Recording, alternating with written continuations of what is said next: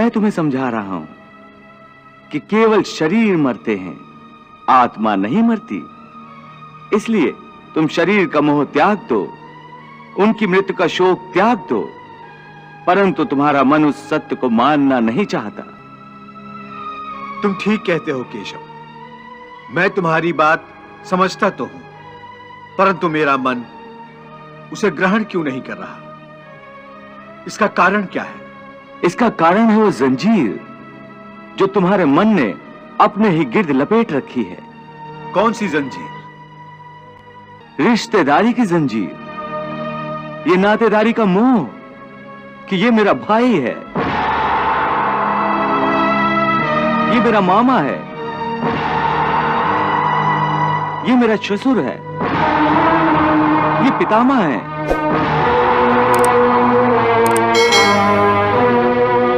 तुम ठीक कहते हो कि रिश्ते नातों की जंजीरों ने मुझे चारों तरफ से जकड़ रखा है, परंतु मैं इस जंजीर को कैसे तोड़ दूं? मैंने मान लिया कि ये सारे शरीर नाशवान हैं, परंतु इनके साथ जो मेरे रिश्ते हैं वो तो नाशवान नहीं है, वो तो सच्चे हैं। भीष्म मेरे पितामह हैं, अभिमन्यु मेरा पुत्र है, महाबली भीम मेरा सहोदर भाई है। ये रिश्ते तो सच्चे हैं। भले इन सब के शरीर मर जाएंगे, परंतु इन सब के साथ जो मेरे रिश्ते हैं वो तो नहीं मरेंगे। जैसे आज मेरे पिता महाराज पांडु का शरीर नहीं है, परंतु मेरे पिता आज भी महाराज पांडु हैं। पिता पुत्र का तो वो पवित्र रिश्ता समाप्त नहीं हुआ। इन रिश्तों की पवित्रता पर मैं कैसे प्रहार करूं? शरीर को भूल जाओ, परंतु अपने दादा के रिश्ते पर तीर कैसे चलाऊं? अपने भाई के नाते पर तलवार कैसे उठाऊं? अर्जुन, ये रिश्ते, ये नाते सब इस जन्म के हैं। इस जन्म से पहले या इस जन्म के पश्चात इन रिश्तों का कोई अस्तित्व नहीं रहता। ये काका, मामा, भाई, पुत्र, पितामह पिछले जन्म में कहां थे? तुम्हारे क्या लगते थे? और अगले जन्म में ये क्या होंगे, कहां होंगे? इसका उत्तर है तुम्हारे पास? नहीं केशव। इसीलिए कहता हूं कि जब शरीर नाशवान है तो ये रिश्ते भी नाशवान हैं,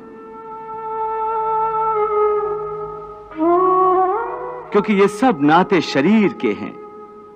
और ये जो तुमने अपने पिता का उदाहरण दिया कि उनका तुम्हारा पिता पुत्र का नाता तो समाप्त नहीं हुआ, तो ये भी तुम्हारा भ्रम है,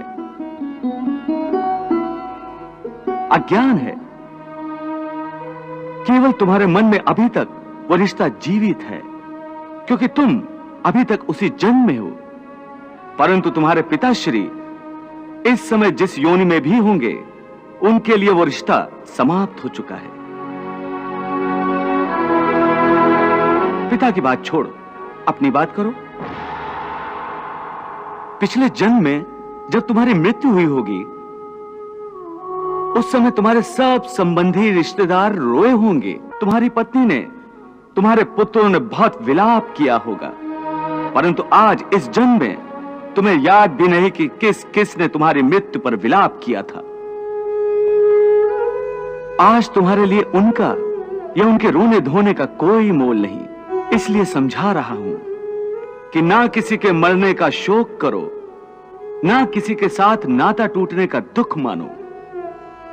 वैसे भी मेरी माया इतनी प्रबल है अर्जुन, कि जिन्हें तू समझता है कि तेरी मृत्यु के बाद शोक करेंगे, सारा जीवन रोते रहेंगे, वो भी असत्य है।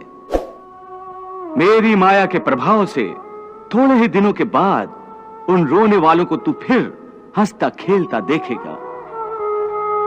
मित्र 4 दिन रोता है, भाई 10 दिन रोता है, पत्नी उससे अधिक रोती है, माता सबसे अधिक समय तक रोती है, परंतु सबके आंसू धीरे धीरे सूख जाते हैं और उन आंखों में फिर से नए नए सपनों की रोशनी चमकने लगती है।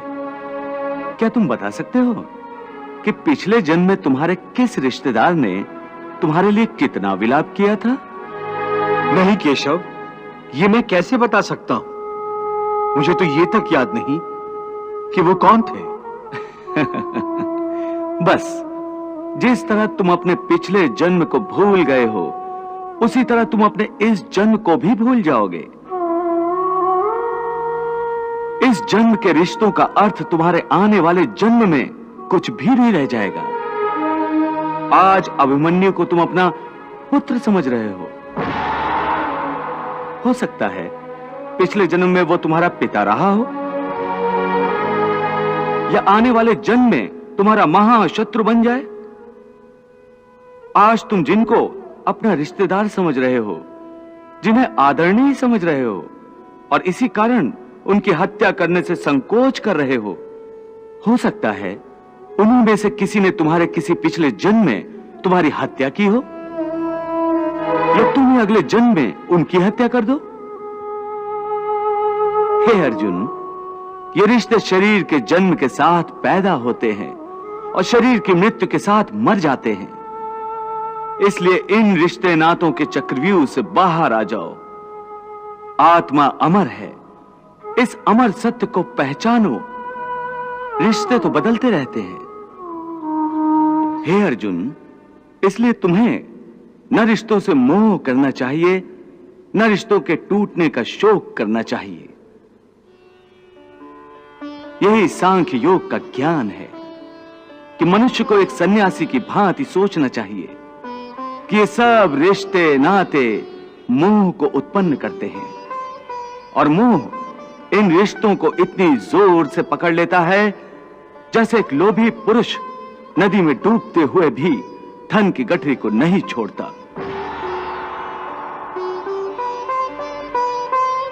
और आखिर में उसी गठरी के बोझ से खुद भी डूब जाता है। इसलिए अपने मन को सन्यासी बनाओ और इस मोह के बंधनों को छोड़ो, और इस बात पर ध्यान दो कि इस समय तुम्हारा कर्तव्य क्या है, तुम्हारा धर्म क्या है, और उसी के अनुसार कर्म करो।